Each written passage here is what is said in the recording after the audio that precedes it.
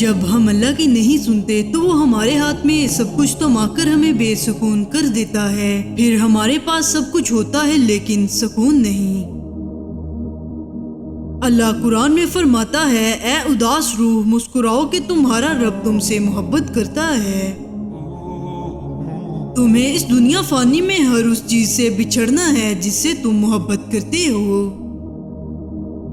دل کا خیال، وہ جب تمہاری دعاؤں کو قبولیت کے لیے چن لیتا ہے تب وہ تمہارے دل میں دعا کا خیال بھی خود ہی ڈال دیتا ہے۔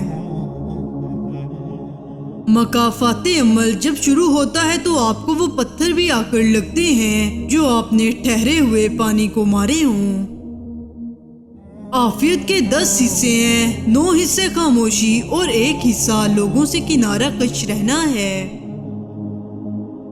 اگر کسی کی مسکراہٹیں آپ کے وجود سے وابستہ ہیں تو یقین مانیے آپ کا وجود قابل رشک ہے۔ امید، صبر کرنے سے اللہ وہ بھی دیتا ہے جس کی امید نہیں ہوتی، اور مانگنے سے وہ بھی مل جاتا ہے جس کی امید ختم ہو جاتی ہے۔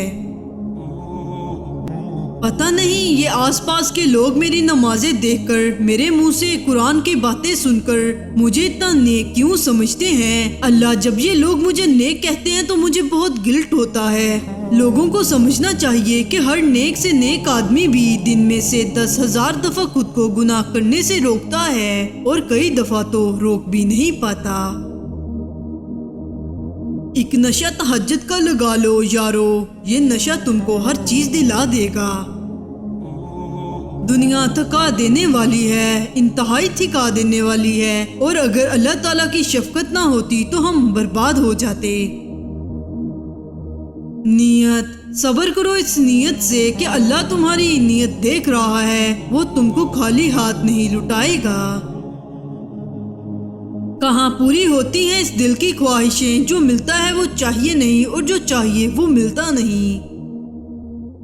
ضروری نہیں کسی چیز کا مل جانا ہی دعا کی قبولیت ہے، بلکہ کسی چیز کا دور ہو جانا بھی دعا کی قبولیت ہے، کیونکہ انسان کے لیے کیا بہتر ہے یہ صرف اللہ ہی جانتا ہے۔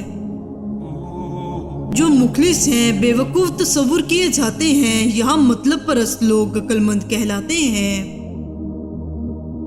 ہمارا مسیح صرف ایک شخص ہوتا ہے اور وہ ہم خود ہوتے ہیں۔ تم کبھی بھی اس فیز سے نہیں نکلو گی اگر تم اپنی خود مدد نہیں کرو گی۔ نہ ملے کوئی کندھا آنسو بہانے کو تو سجدے کی زمین ہے دل کا غم سنانے کو۔ جب اپنی نہ قدری کسی کے دل میں دیکھ لو تو پھر کبھی ادھر دستک مت دینا۔ سائیکولوجی کے مطابق اوور تھنکنگ یعنی حد سے زیادہ سوچنا ڈر کی ایک قسم ہے۔ یہ عمل اس وقت مزید خطرناک بن جاتا ہے جب آپ اس میں پرانی یادیں، مستقبل کی پیشی گوئیاں اور جذبات شامل کر دیتے ہیں۔ وہ خسارہ ہمیشہ یاد رہتا ہے جو کسی کے ساتھ دل سے مخلص ہو کر کھایا گیا ہو۔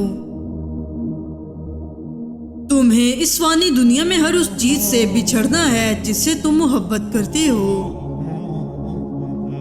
زندگی آسان نہیں ہوتی، زندگی کو آسان بنانا پڑتا ہے، کبھی دعا کر کے، کبھی صبر کر کے، کبھی معافی مانگ کر اور کبھی نظر انداز کر کے۔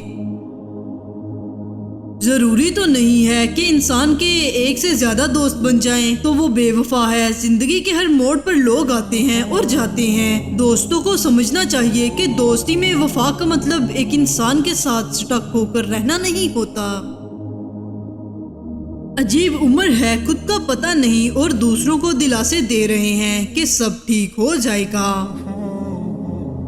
ہم کچھ لوگوں سے بغیر ملاقات کے بھی محبت کر سکتے ہیں اور یہی روح کی روح سے کشش کہلاتی ہے۔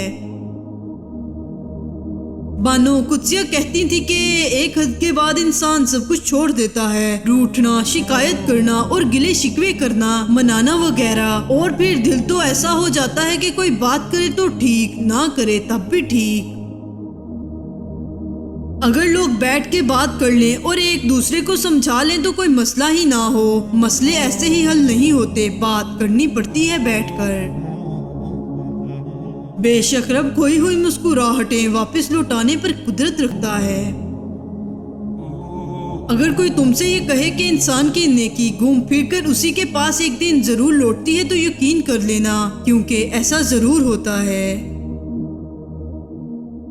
ہم بھی گھر سے منیر تب نکلے بات اپنوں کی جب صحیح نہ گئی۔